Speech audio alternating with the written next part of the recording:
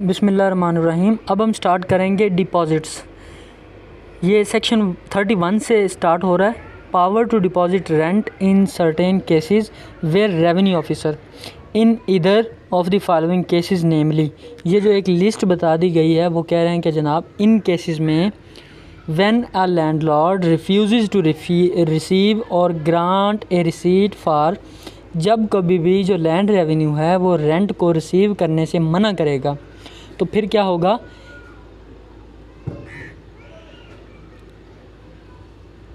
Any rent payable in money when tendered to him by a tenant, जब वो tenant की तरफ से कोई रेंट दिया जा रहा है उसको रिसीव करने से क्या करेगा, रिफ्यूज़ करेगा। नंबर 2 है when a tenant is in doubt, जब कोई टेनेंट डाउट में है as to the person entitle to receive rent, या किस बंदे को मैंने रेंट देना है, तब the tenant may apply to revenue officer. तो फिर क्या करेगा, जो टेनेंट होगा वो रेवेन्यू ऑफिसर को एक दरख्वास्त भेजेगा, एक अप्लाई करेगा कि जनाब मुझे बताएं कि मैंने जो रेंट जो है डिपॉज़िट करना है वो किसको करना है, किस बंदे को करना है। तो फिर जो रेवेन्यू ऑफिसर होगा अगर वो सेटिस्फाइड है उस पर्सन को सुनने के बाद, तो if he satisfied that there is sufficient ground for the application and if the applicant pays the fee if any chargeable for the issues of the notice next hereinafter referred, तो फिर जो revenue officer होगा वो अपने office में ही rent जो है वो डिपॉजिट कर लेगा। इसमें ये सिंपल सी बात बताई गई है। नेक्स्ट है 32 effect of depositing rent when a deposit has been so received, जब कोई भी रेवेन्यू ऑफिसर है वो ऐसा रेवेन्यू रिसीव करेगा तो क्या होगा, it shall be deem to be a payment made by a tenant, तो उसको ऐसे ही तस्वर किया जाएगा कि ये जो पेमेंट है ये टेनेंट ने की है टू हिज लैंडलॉर्ड, अपने लैंडलॉर्ड को in respect of the rent due, उस रेंट के हवाले से। The revenue officer receiving the deposit shell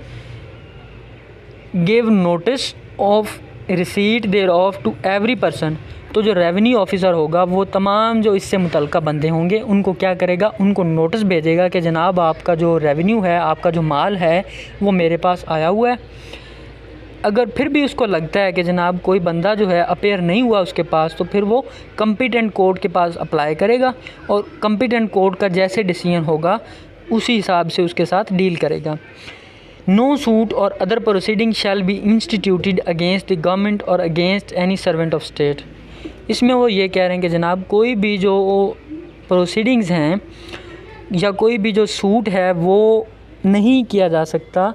government के ख़िलाफ़ या गवर्नमेंट के किसी भी सर्वेंट के ख़िलाफ़ इन respect of anything done by A revenue officer, यानी कि रेवेन्यू ऑफिसर जो भी करेगा उसके ख़िलाफ़ आप कोई भी सूट वगैरह नहीं कर सकते अंडर दिस सेक्शन, इस सेक्शन में। But nothing in this section subsection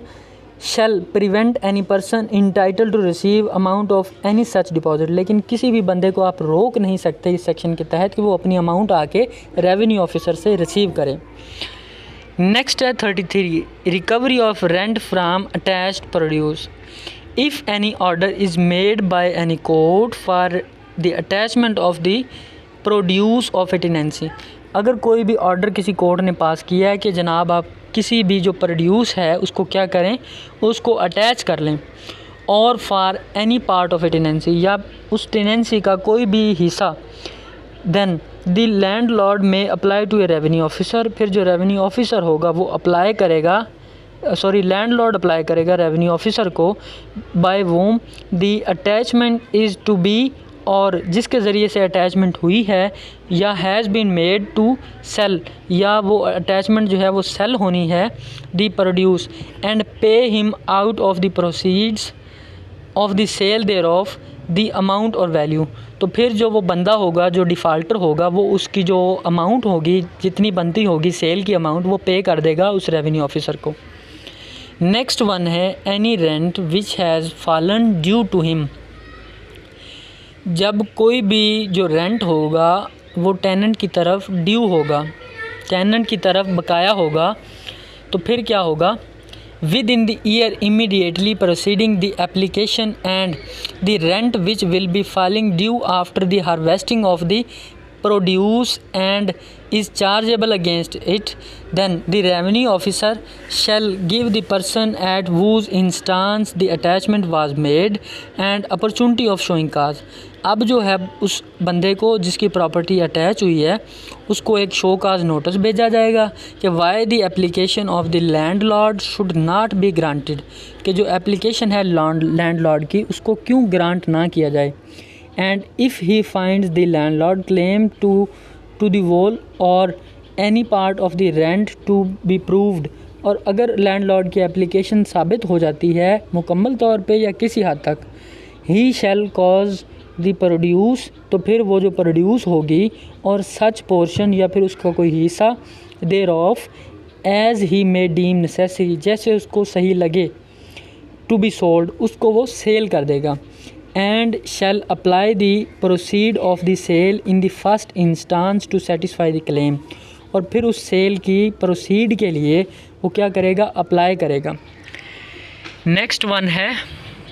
the finding of revenue officer under subsection 2 shall have the force of a decree in a suit between the landlord and tenant. तो फिर जो finding होगी revenue officer की वो क्या करेंगी, वो force रखेंगी, ऐसे ही होगा जैसे वो डिक्री पास हुई है between the landlord and tenant. Next है 34. अब जनाब सेक्शन नंबर है 34 जो कि डील करता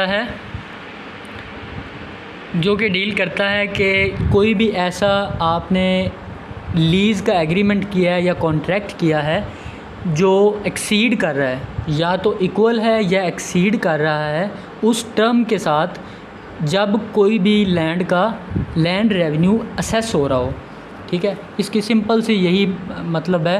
कि ऐसा कोई भी कॉन्ट्रैक्ट अगर होगा, कोई लीज़ का एग्रीमेंट होगा जो इक्वल हो या फिर उसका जो लिमिट है वो एक्सीड कर रही हो जिस दौरान लैंड रेवेन्यू असेस हो रहा हो, तो उस एग्रीमेंट को हम कहेंगे कि ये वाइडेबल एग्रीमेंट होगा. इसकी क्लॉज ए है, at the option of the land owner if the land revenue of the land has been enhanced, अगर जो है लैंड रेवेन्यू असेस होने के बाद लैंड रेवेन्यू जो है वो इन्हांस हो जाता है तो फिर लैंड ऑनर की ऑप्शन है. And the person to whom the lease has been granted, और ऐसा बंदा जिसको लीज़ वो ग्रांट की गई है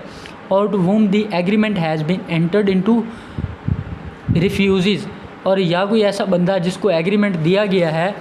और वो रिफ्यूज़ कर देता है टू पे सच रेंट और अदर सम, कोई भी ऐसा रेंट या कोई ऐसा सम एज ए रेवेन्यू कोर्ट, तो रेवेन्यू कोर्ट के तौर पे on the suit of land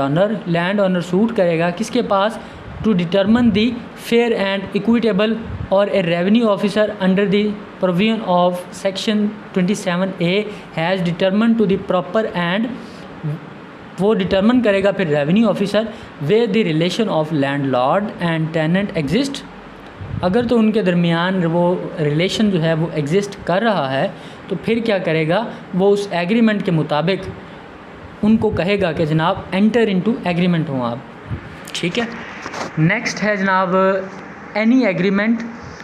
relative to the occupation, rent, profits or produce, कोई भी एग्रीमेंट जो कि रिलेटिव है किसके मुताबिक है, रेंट के, प्रॉफिट्स के या प्रोड्यूस के of any land which has been entered into for the term of currency of an assessment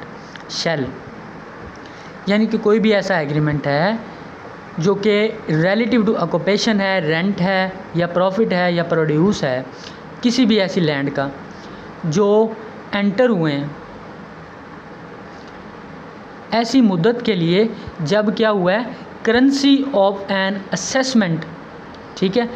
unless a contrary intention clearly appears in the agreement और द एग्रीमेंट इज़ टर्मिनेटेड, और जब तक वो agreement या तो उसमें कोई कॉन्ट्रेरी अपीयर ना हो जाए या जब तक वो ख़त्म ना हो जाए by the consent of the parties or the course of law continue in force, वो इन फोर्स में जो है कंटिन्यू रहेगा जब तक अ रिवाइज्ड असेसमेंट टेक्स इफेक्ट, जब तक कोई नई जो असेसमेंट है वो नहीं हो जाती तब तक पुरानी जो असेसमेंट है वही इन फोर्स रहेगी. नेक्स्ट है chapter number 4, relinquishment, abandonment and ejectment. Section 35 है relinquishment by tenant for a fixed term. A tenant holding for a fixed term under a contract or a decree or under of competent authority may relinquish his tenancy without notice at the end of that term। यानी कि रिलिंक्विशमेंट से मुराद होता है छोड़ना, तर्क करना। यानी कि कोई भी टेनेंट जो है वो होल्ड कर रहा है किसी फ़िक्स टर्म के लिए या किसी कॉन्ट्रैक्ट के तहत या डिक्री के तहत, ठीक हो गया, किसी भी टेनेंसी को या प्रॉपर्टी को, तो वो जब टेनेंसी का एंड होगा उस टर्म का तो बग़ैर नोटिस के वो जा सकता है, वो टेनेंसी को रिलिंक्विश कर सकता है।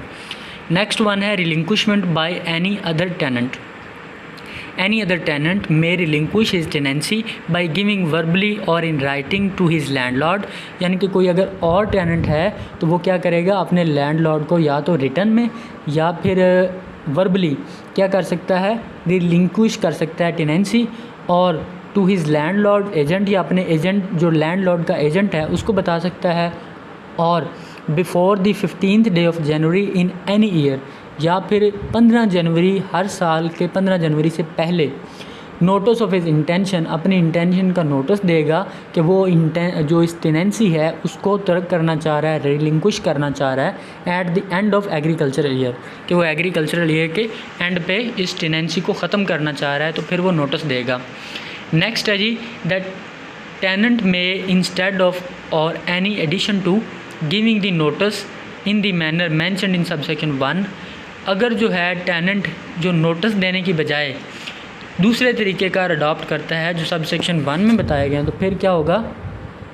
जो टेनेंट होगा वो अप्लाई करेगा रेवेन्यू ऑफिसर को, और before that date aforesaid to cause the notice to be serve on the landlord, या फिर उस लैंडलॉर्ड को एक नोटिस भिजवाएगा, and the revenue officer on receiving the cost of service की कॉस्ट रिसीव करने के बाद जो रेवेन्यू ऑफिसर होगा वो क्या करेगा, shall cause the notice to be served as soon as may be, जितनी जल्दी मुमकिन होगा वो लैंडलॉर्ड को नोटिस भिजवाएगा। If the tenant does not give the notice, अगर टेनेंट जो है वो नोटिस नहीं देता in the manner prescribed in the section, he shall be liable to pay the rent, फिर वो रेंट को पे करने का लाइबल हो जाएगा अपनी टेनेंसी का, for any part of ensuing agricultural year, तो फिर उस इंसुइंग एग्रीकल्चरल ईयर का किसी भी पार्ट का वो जो रेंट होगा वो पे करने का पाबंद होगा, during which the tenancy is not let by the landlord to some other person, अगर जो है वो टेनेंसी इस वजह से लैंडलॉर्ड ने आगे किसी पर्सन को नहीं दी तो। 37 है relinquishment of part only of a tenancy. A tenant cannot, without the consent of his landlord, relinquish any part only of his tenancy। यानी कि जो टेनेंट है वो अपने जो लैंडलॉर्ड की मर्ज़ी के बगैर अपनी टेनेंसी का कोई हिस्सा जो है उसको रिलिंक्विश नहीं कर सकता, अगर तो वो रज़ामंदी है तो ठीक है। अब आ गए हैं जनाब abandonment of tenancy by occupancy tenant। If a tenant having a right of occupancy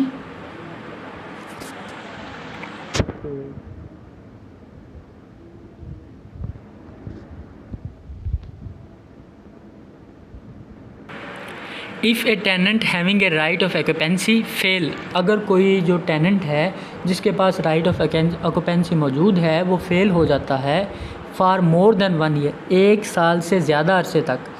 without sufficient cause to cultivate, बग़ैर किसी ख़ास वजह के उस अपनी जो टेनेंसी की प्रॉपर्टी है उसको कास्ट नहीं करता, फिर क्या होगा, ईदर बाय हिमसेल्फ, या तो वो खुद और सम अदर पर्सन या किसी दूसरे पर्सन की मदद से, and to arrange for payment, वो पेमेंट को अरेंज करेगा ऑफ द रेंट की पेमेंट को, thereof as it falls due, जो उसकी बकाया होगी। The right of occupancy shall be extinguished from the end of that year, और फिर उस साल के एंड पे जो उसका राइट होगा टेनेंसी का वो ख़त्म हो जाएगा, एक्सटिंग्विश हो जाएगा।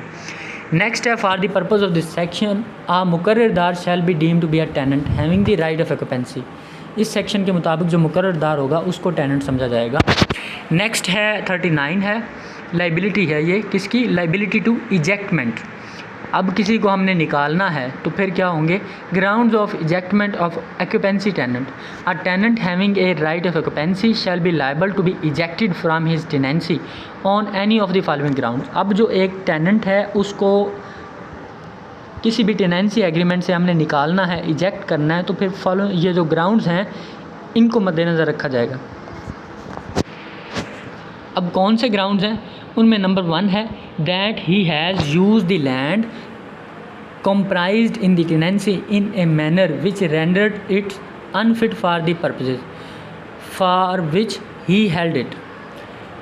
नंबर 1 पे ये आ जाता है कि जिस पर्पज़ के लिए उसने ज़मीन वो ली होती है टेनेंसी के लिए, उस पर्पज़ के लिए वो इस्तेमाल ही नहीं करता, किसी और अनफिट पर्पज़ के लिए इस्तेमाल करता है, तो फिर भी टेनेंट को निकाला जा सकता है। नंबर 2 पे जो रेंट पेएबल होता है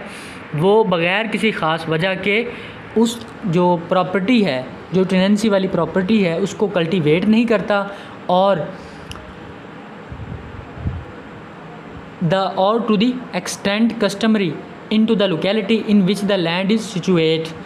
भाई उस लैंड को या तो वो कल्टीवेट नहीं करता या उसका जो रेंट वगैरह है वो पे नहीं करता, तो फिर क्या होगा, उसको निकाला जा सकता है। थर्ड वन है when a decree for an arrear of rent in respect of his tenancy has been passed against him. जब कोई डिक्री जो है एरियर ऑफ रेंट की वजह से, जो रेंट है उसका अनपेड है, उसके ख़िलाफ़ कोई डिक्री पास हो जाती है, फिर भी वो जो है उसको निकाला जा सकता है for the purpose of this sanction. ये वही चीज़ आ गई। 40 है G ground of ejectment of tenant for a fix term.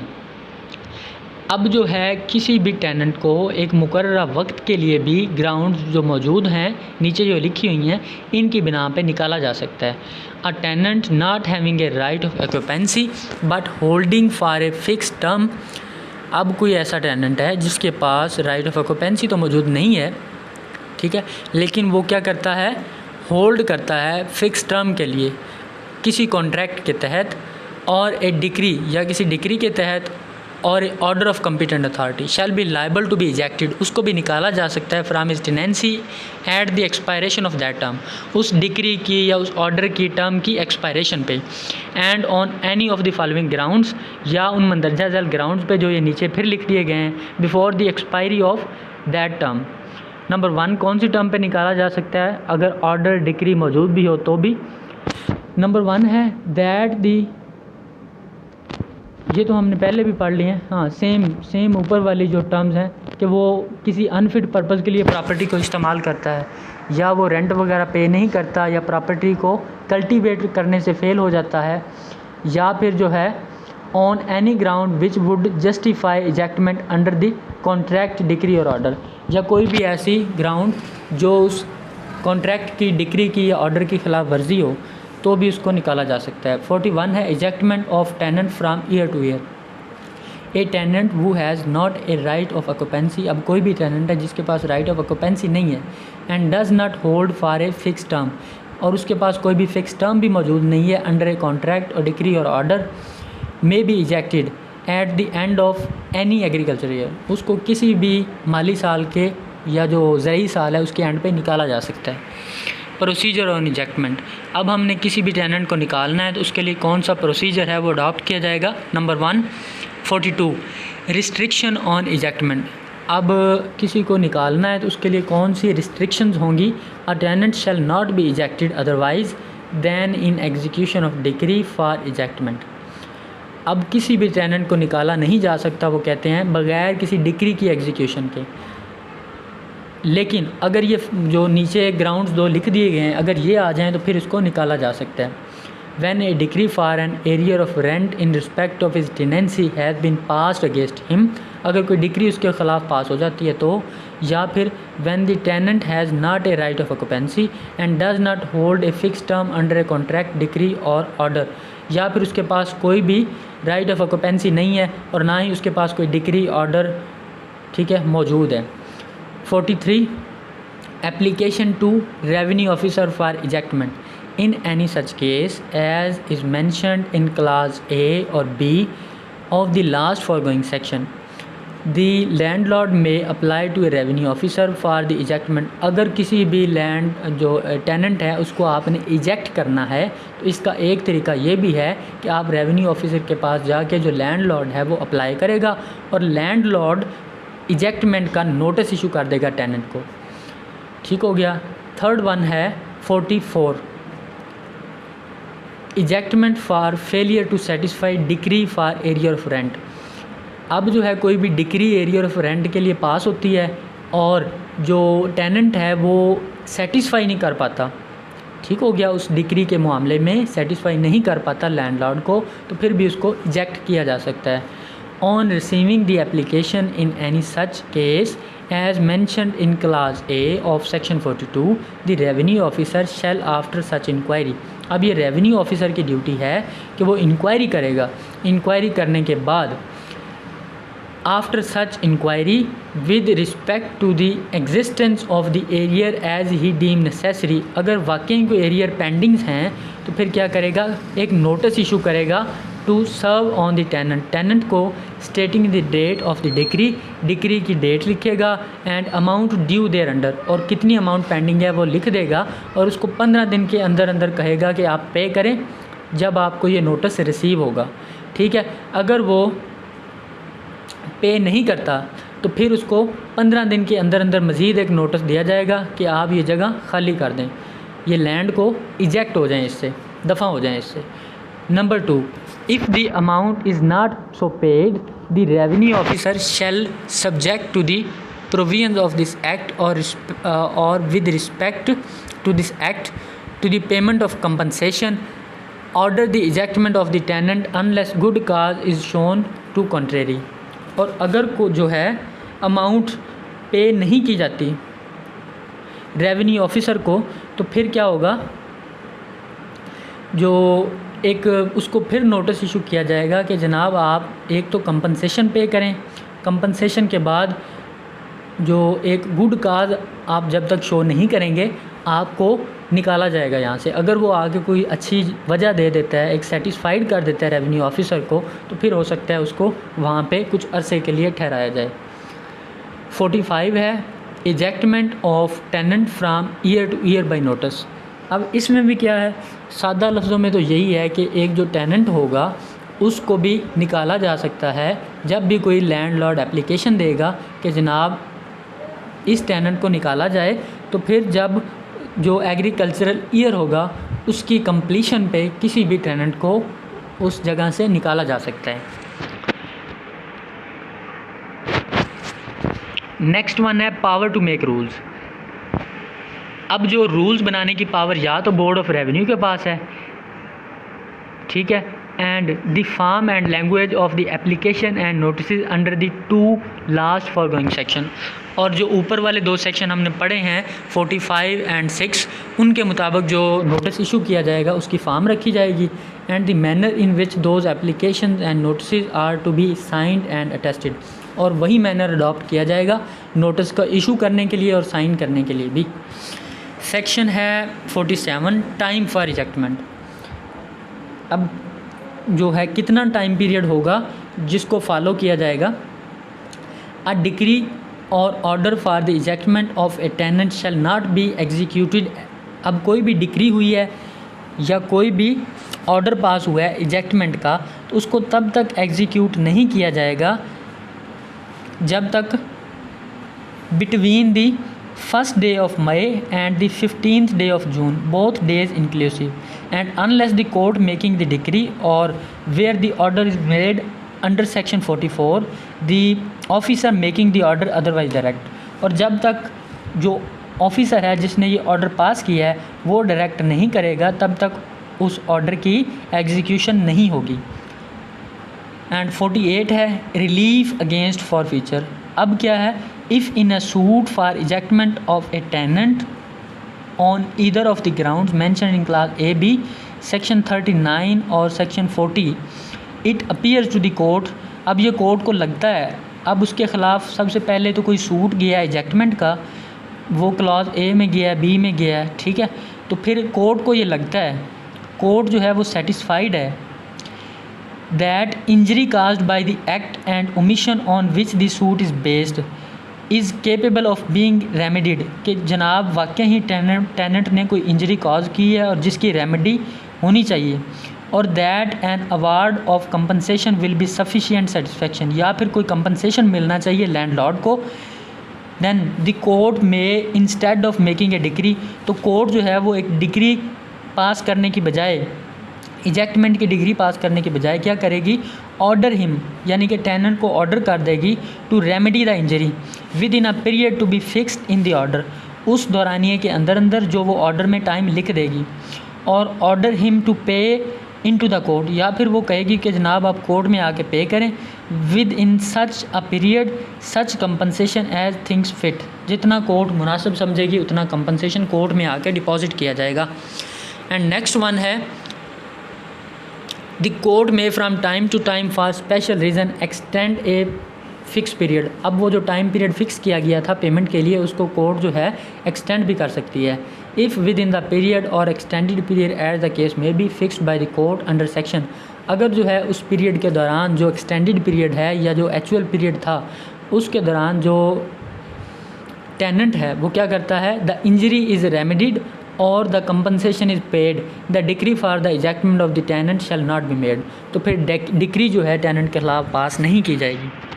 49 है right of ejected tenants in respect of crops and lands prepared for sowing, अब क्या होगा, अब टेनेंट्स के भी कुछ राइट्स हैं, राइट्स ऑफ इजेक्टमेंट हैं,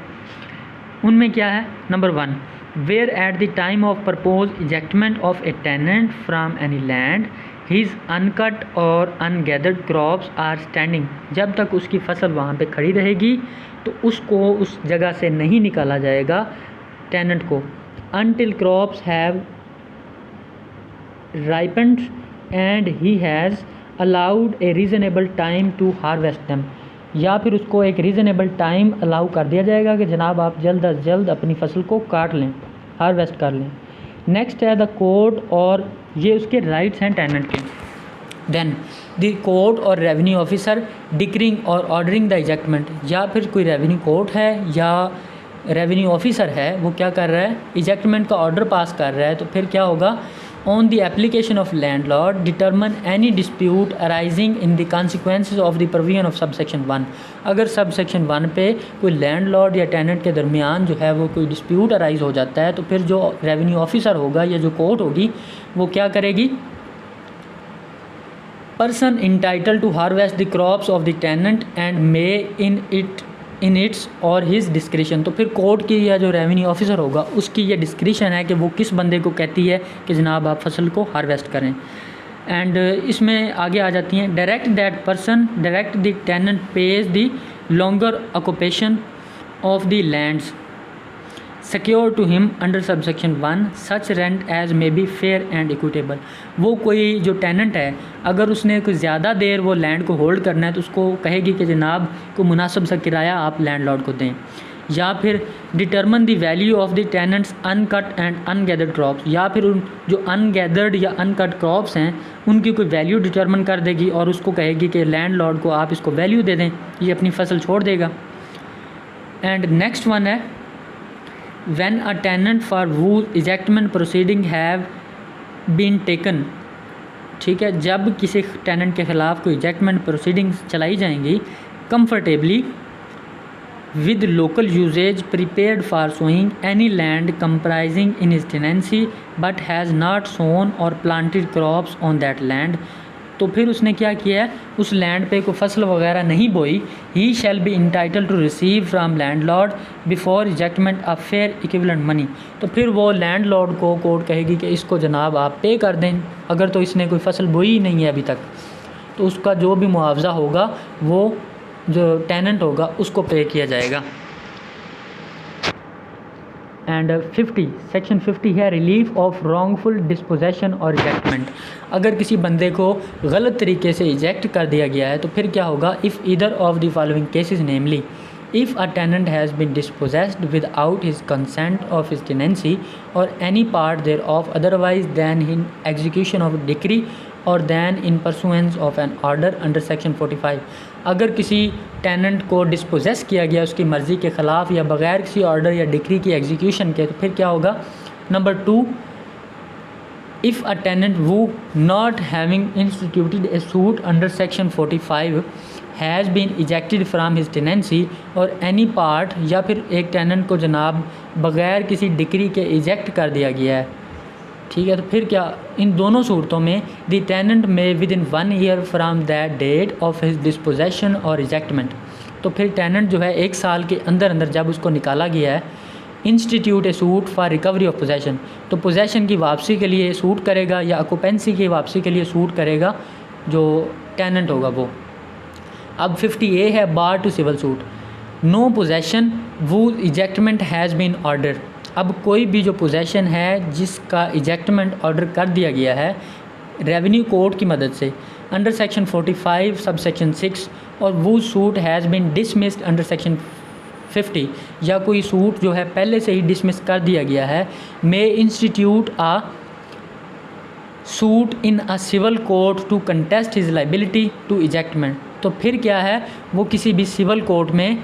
जो है कोई सूट कंटेस्ट कर सकता है अपनी इजेक्टमेंट की लाइबिलिटी को, ना ही वो रिकवर कर सकता है पोजेशन को या ऑक्यूपेंसी को और रिकवर द कंपनसेशन, और ना ही वो कंपनसेशन जो है अगर पहले उसका जो सूट है वो डिसमिस हो चुका है तो फिर वो दोबारा जो सिविल सूट नहीं कर सकता, बार होगी उस पर। Section 51 bar of relief by suit under section 9 act 1 of 1877, possession of a tenancy or of any land comprised in a tenancy shall not be recoverable under section 9 of Specific Relief Act 1877 by tenant dispossessed thereof, यानी कि कोई भी possession है tenancy का या फिर